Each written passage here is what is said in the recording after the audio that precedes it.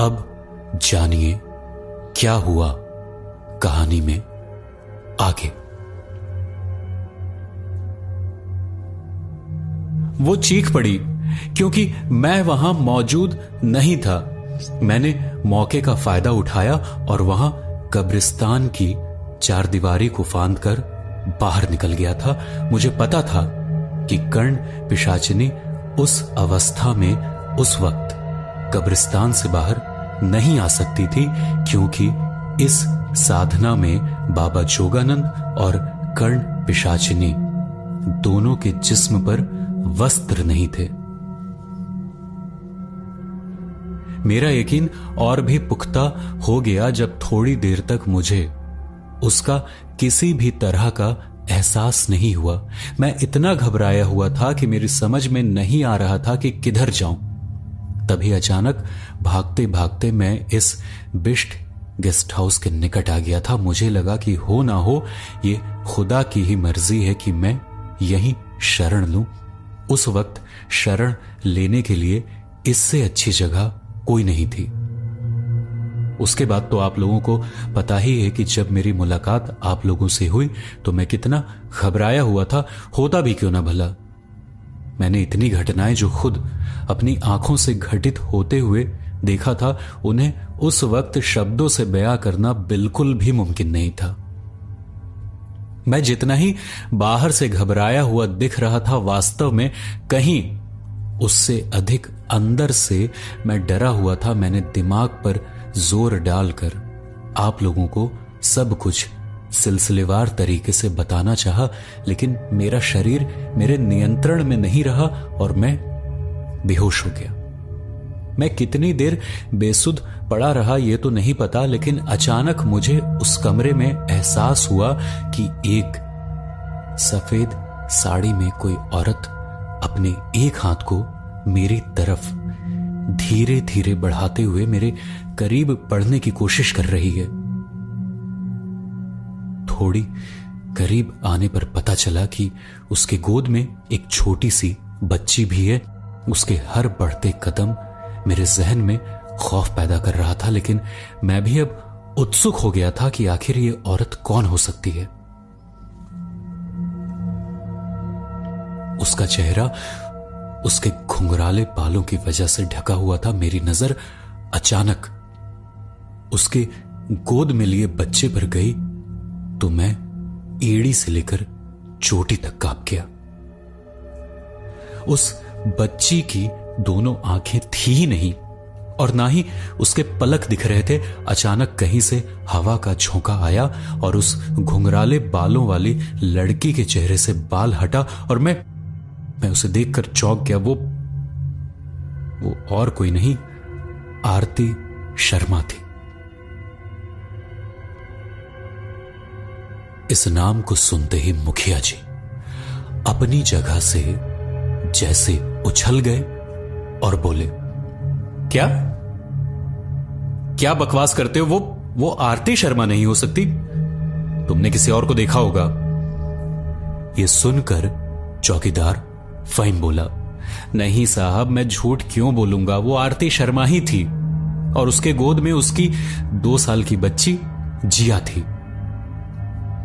यह सुनते काफी देर से चुप कनक बोल पड़ा, ये आरती शर्मा कौन है और इसको आप लोग इतने अच्छे से कैसे जानते हो?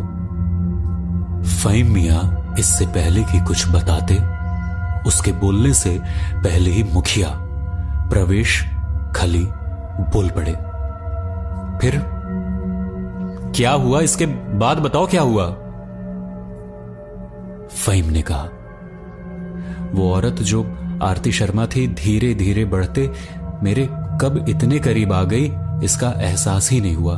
मैं उठकर वहां से भागने की लाख कोशिश करता रहा, लेकिन मेरे सारे प्रयास असफल साबित हुए। वो अब इतने करीब आ गई थी कि मैं उसकी सांसों की गर्मी महसूस कर सकता था। वो मेरे छाती पर बैठ चुकी थी। उसका अधजला चेहरा बड़ा ही घिनौना और डरावना लग रहा था। उसका जिस्म इतना ठंडा था कि किसी भी इंसान को कुछ पल में ही जमा सकती थी। उसका बदन बिल्कुल बर्फ की सिल्ली जैसा ठंडा था। उसकी सांसों से बहुत बदबू आ रही थी, मानो जैसे कोई सड़ा गला मांस खा के आई हो। उसका चेहरा धीरे धीरे मेरे चेहरे की तरफ बढ़ते जा रहा था। अचानक उसने अपने चेहरे को झटके से ऊपर उठाया और तकरीबन 10 इंच की काली जीभ को बाहर निकालते हुए जोर से चीखी। उसके इस तरह से चीखने से मैं भी बहुत डर गया और जोर से चीखा। मेरे जोर से चीखने के बाद ही मुझे जब होश आया तो देखा कि मैं इस गेस्ट हाउस के कमरे में बंद पड़ा हूं। तभी मेरे समझ में आया कि उस आरती का एहसास मैंने बदहवासी में किया था। मैं कितनी देर से बेहोश था यह कहना बड़ा मुश्किल था, लेकिन दिल ही दिल में खुदा का शुक्र मनाया कि यह हकीकत नहीं थी। लेकिन इस घटना ने मुझे अंदर से हिला दिया। मुझे लगा कि यह सपना कहीं हकीकत में ना तब्दील हो जाए, इसलिए मैंने बिना वक्त गवाए बाहर निकलने की लाख कोशिश की तो पता चला दरवाजा बाहर से बंद है और इस बिष्ट गेस्ट हाउस में मेरे सिवा कोई नहीं है। मेरा डर परवान चढ़ने लगा और मन में एक से एक विचित्र और डरावने भाव आने लगे। मैं ये भी भली भांति जानता था कि कर्ण पिशाचिनी के चंगुल से बचकर तो आ गया था, लेकिन वो अपने शिकार को ज्यादा देर तक जीवित नहीं छोड़ती। हालांकि मैं उसके सीमा से बाहर जरूर था, लेकिन मुझे कहीं ना कहीं इसका एहसास जरूर था कि वो अपने किसी न किसी गुलाम को जरूर भेजकर अपने मंसूबों को अंजाम देगी। हो ना हो ये आरती शर्मा से अपने मंसूबे ना पूरे करवा ले। मैंने वहां से भागना ही मुनासिब समझा। इस लड़ाई में खुदा भी मेरा हर जगह साथ दे रहा था। अंदर वाले कमरे में लकड़ी की खिड़की थी। 2 से 3 बार में जोर से प्रयास करने पर वो खुल गई थी। उस कमरे में बिछाए बेडशीट को रस्सी की तरह इस्तेमाल करके मैं नीचे उतर गया और जाते जाते मैंने बेडशीट भी खोल लिया और अपने साथ ले गया ताकि मेरे पीछे से किसी को वहां मेरे होने का वजूद ना मिले। अभी फहीम मियां की बात पूरी भी नहीं हुई थी कि अचानक बिजली चली गई। बिजली के जाने से सभी चिंतित हो गए, क्योंकि अब माहौल ऐसा बन चुका था और अनुष्ठान खत्म होने से पहले अपनी जगह से उठना भी नहीं था। इस कमरे में पूजा स्थल पर रखे तिल के तेल से जल रहे दीपक की वजह से चारों के चेहरे के भाव स्पष्ट दिख रहे थे, जिनमें मुखिया और चौकीदार के चेहरे के भाव काफी कुछ बयां कर रहे थे। बिजली के इस तरह अचानक जाने से कमरे में सन्नाटा पसर गया था। बस सिर्फ कुछ कीट पतंगों की आवाजें सुनाई पड़ रही थी। सर्दी का समय नहीं था, फिर भी अचानक ठंडी ठंडी हवाएं चलने लगी थी, जो बार बार ठंड बढ़ने का संकेत दे रही थी। वहां मौजूद किसी ने भी मोटे कपड़े नहीं पहने थे। अब सभी को बार बार ठंड का एहसास हो रहा था। तभी उसे किसी औरत के पायल की छन छन की आवाजें आती हैं। तभी अचानक से हवा का झोंका मानो पूजा स्थल के आसपास चलने लगा। हवा के सहारे लगा जैसे कोई उन तीनों के पीछे आके खड़ा हो गया हो। उन हवाओं में धूल मिट्टी मिली हुई थी। तीनों ने एक साथ आंख मलते हुए पीछे मुड़कर देखा। उनके पीछे कोई नहीं था। थोड़ी ही देर में सब कुछ पहले जैसा हो गया। हवाएं भी बिल्कुल शांत हो गईं। इस तरह अचानक हवा के शांत होते ही सभी ने अक्ल के घोड़े दौड़ाने शुरू कर दिए। तीनों में कोई भी एक शब्द नहीं बोल रहा था, बस उस आवाज को गंभीरता से लेते हुए, उसके रहस्यों को समझते हुए उलझे पड़े थे। तभी तीनों को एहसास हुआ कि वो आवाज उनकी तरफ बढ़ रही थी। जैसे जैसे वो आवाज उसके करीब आ रही थी, फहीम और मुखिया के चेहरे से पसीने छूटने लगे थे। गुरु शंकराचार्य उस आवाज को महसूस करने के लिए बिल्कुल शांत बैठ गए। फहीम के हाथ ठंडे पड़ने लगे थे। कुछ देर बाद वो आवाज बिल्कुल उसके पास आकर बंद हो गई। आवाज के शांत होते ही वो उठकर अपनी जगह से ही खड़े खड़े खिड़की और दरवाजे की तरफ देखने लगा। उसे वहां कोई भी नहीं दिखा। अचानक वहां कमरे में एक तीखी सी बदबू का झोंका आया। धीरे धीरे बदबू बहुत तेज हो गई, मानो जैसे वो बदबू अब उसी कमरे से आ रही थी। अभी सभी का ध्यान उस तीखी बदबू पर केंद्रित था कि तभी पायल की दोबारा आवाज ने विचारों की श्रृंखला तोड़ी। सभी एक दूसरे के मुखमंडल को देखने लगे। जैसे जैसे पायल की आवाज पास होने का एहसास करवाती, वैसे वैसे दिल की धड़कनों को महसूस कर सकते थे। कमरे में इतना सन्नाटा था कि वहां दिल की धड़कनों की आवाज साफ तौर पर सुना जा सकता था।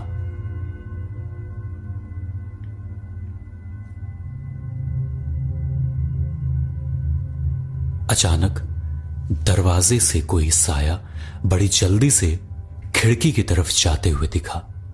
यह देखकर सभी के सभी सहम गए।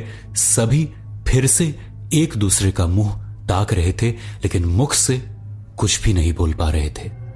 तभी चौकीदार फहीम अहमद अपनी जगह से उठा और बोला,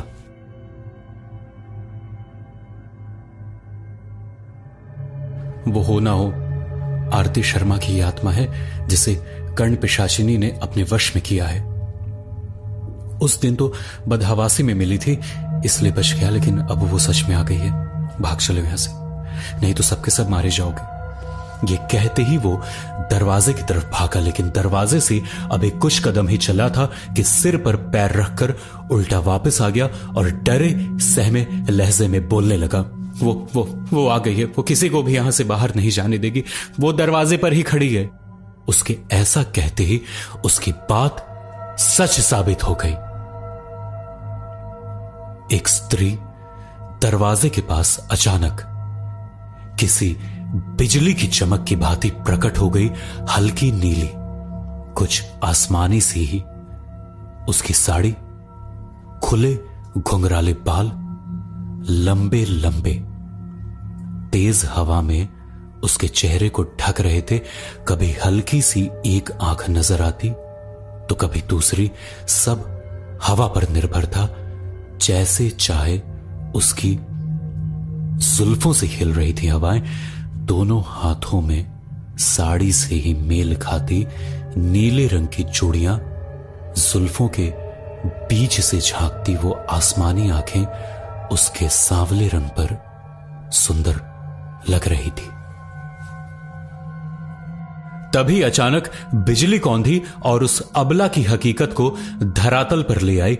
घुंघराले बाल के पीछे एक बहुत ही खौफनाक और डरावनी शक्ल का मंजर नजर आया। नहीं, ये नहीं हो सकता। ये तो सच में आरती शर्मा ही है। ये कहते के साथ मुखिया प्रवेश चंद्र खली अपने आसन से उठ खड़े हुए।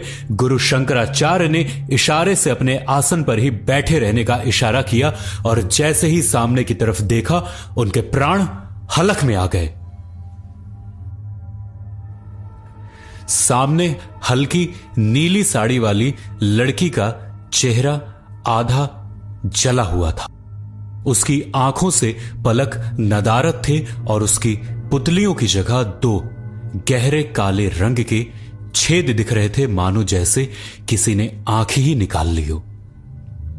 उसके होठों को अंदर धकेलते हुए उसकी लंबे लंबे दांतों से खून का लगातार रिसाव हो रहा था। उसके गोद में लगभग 2 साल की बच्ची थी जो टकटकी लगाकर देखे जा रही थी, मानो जैसे कि उसकी सबसे अनमोल चीज छीन ली हो। अब उसकी क्रूर हंसी ने कमरे के माहौल को बहुत ही ज्यादा खौफजदा कर दिया था। उसकी कर्कश हंसी अब कानों में चुभने लगी थी।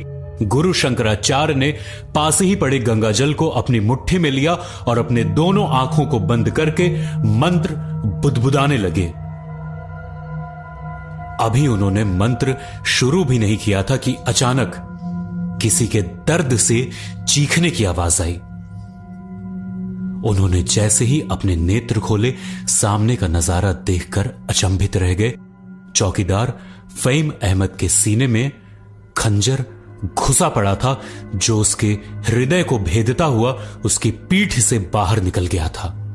फहीम धरती पर किसी सिर कटे मुर्गे की तरह अपनी आखिरी सांसें गिन रहा था, लेकिन अभी भी उसकी एक आंख उस चुड़ैल की तरफ थी तो दूसरी आंख से गुरुजी को एक आस की नजर से देख रहा था कि गुरुजी अब कोई चमत्कार करें और वो उठ खड़ा हो। लेकिन वो कहीं ना कहीं मन ही मन जान चुका था कि अब उसका अंत समय निकट आ गया है और झूठी आस लगाना बेकार है, परंतु उसके सामने कोई दूसरा रास्ता भी तो नहीं था। जय भवानी का जोर से उद्घोष किया और गुरुजी अपने हाथों में कुछ वस्तु लेकर जाप करने लगे।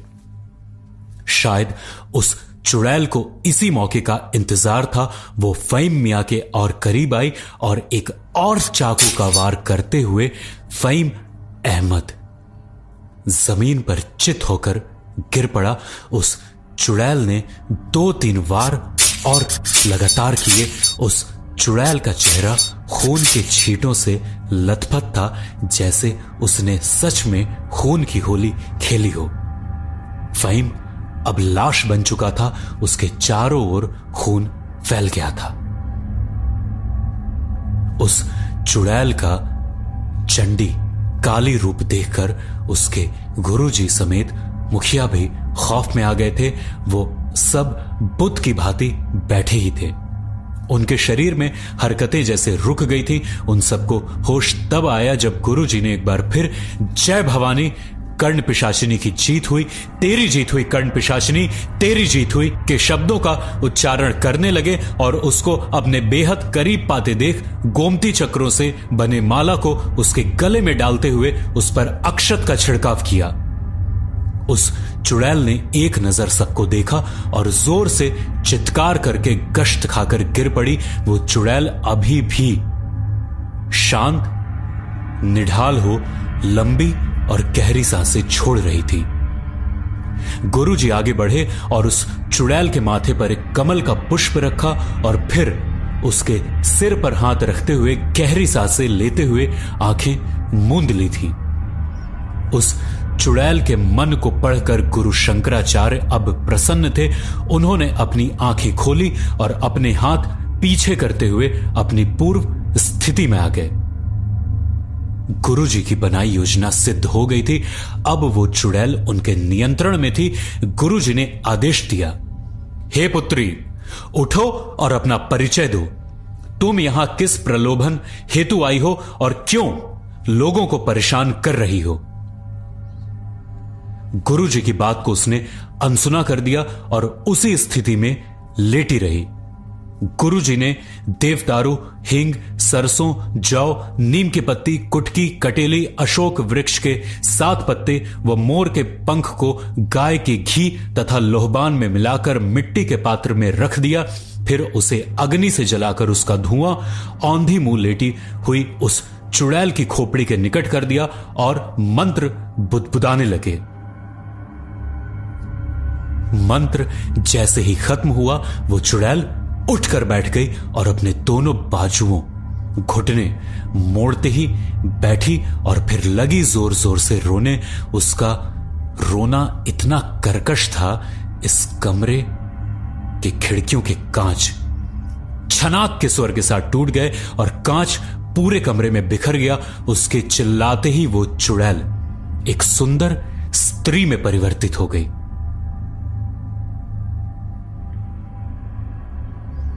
हल्की नीली, कुछ आसमानी ही सी थी उसकी साड़ी, खुले घुंघराले बाल लंबे लंबे तेज हवा में लहरा जरूर रहे थे, लेकिन इस बार उसके चेहरे को ढकने की जगह उसके मुखमंडल की आभा को उजागर कर रहे थे बेहद खूबसूरत और चांदनी में नहाई हुई प्रतीत हो रही थी। ऐसी खूबसूरती कि नजर गुरुत्वाकर्षण की तरह खींची चली जा रही थी। दोनों हाथों में साड़ी से ही मेल खाती नीले रंग की चूड़ियां, जुल्फों के बीच से झांकती वो आसमानी आंखें उसके सांवले रंग पर सुंदर लग रही थी। जले हुए चेहरे की जगह अब उसके मुख पर तेज था जो उसकी खूबसूरती को सबसे जुदा कर रहा था। कितना भी देखने पर दिल भरने का नाम नहीं ले रहा था। उसके होंठ गुलाब की पंखड़ियों की तरह नर्म और सुर्ख लाल थे। उसके होंठों के ठीक नीचे काला तिल था जो उसने अपने हुस्न की दौलत पे दरबान बिठा रखा था। उसकी खूबसूरती इतनी लाजवाब थी कि उसके हुस्न पर तारीफ भरी किताब लिखी जा सकती थी, लेकिन किसे पता था कि उसके हुस्न की तपिश ने एक के प्राण पखेरु उड़ा दिए थे और बाकी के 3 कतार में थे। तभी उन सभी का ध्यान खौफनाक चुड़ैल से बने अप्सरा तुल्य उस नारी पर पड़ी। उसकी 2 साल की बच्ची उसके पांव को जकड़ लेती है और वो भी सुर में सुर मिलाकर उसी कर्कश आवाज में रोने लगती है। ओह, ये दृष्टि भ्रम मुझे अपने कर्तव्य से विमुख नहीं कर सकती। उसकी खूबसूरती से ध्यान तोड़ते हुए गुरु शंकराचार्य ने ध्यान हटाया और अपने हाथ में काले और सफेद तिल के साथ धतूरे के फल को उसके ऊपर फेंकते हुए बोले, बता कौन है तू? तूने इस बेचारे के प्राण क्यों लिए? तेरी और क्या मंशा है? तिल और धतूरे के फल जैसे ही उसके जिस्म पर पड़े वो तिलमिला उठती है, मानो जैसे किसी अग्निकुंड में घी डाल दिया गया हो। वो गिड़गिड़ाती हुई बोलती है, सब बताती हूं, लेकिन दोबारा मेरी तरफ मत फेंकना। मैं सच बताती हूं। गुरुजी बोले, बोल क्या नाम है तेरा और क्या संबंध थे तेरे इस चौकीदार और इस घटना से? गुरुजी की बात सुनते ही उसने गुस्से से मुखिया की तरफ देखा और बोली, अपन महाशय से ही क्यों नहीं पूछ लेते हो? इनसे भला क्या छिपा रहता है? उस स्त्री की बात सुनते ही मुखिया डर के मारे थर थर कांपने लगता है। मुखिया का ये हाल देखकर गुरुजी बोलते हैं, तू बताती है या करूं तुझे अभी हमेशा के लिए फिर से कैद? ये सुनते ही वो स्त्री बोली, जी, मेरा नाम आरती शर्मा है और मैं। अब आखिर कौन है ये आरती शर्मा और कितने हैं इसके रूप? क्या क्या बाकी है इस कहानी में आगे? क्या लगता है आपको? पूरे धैर्य के साथ नीचे कमेंट सेक्शन में बताइए।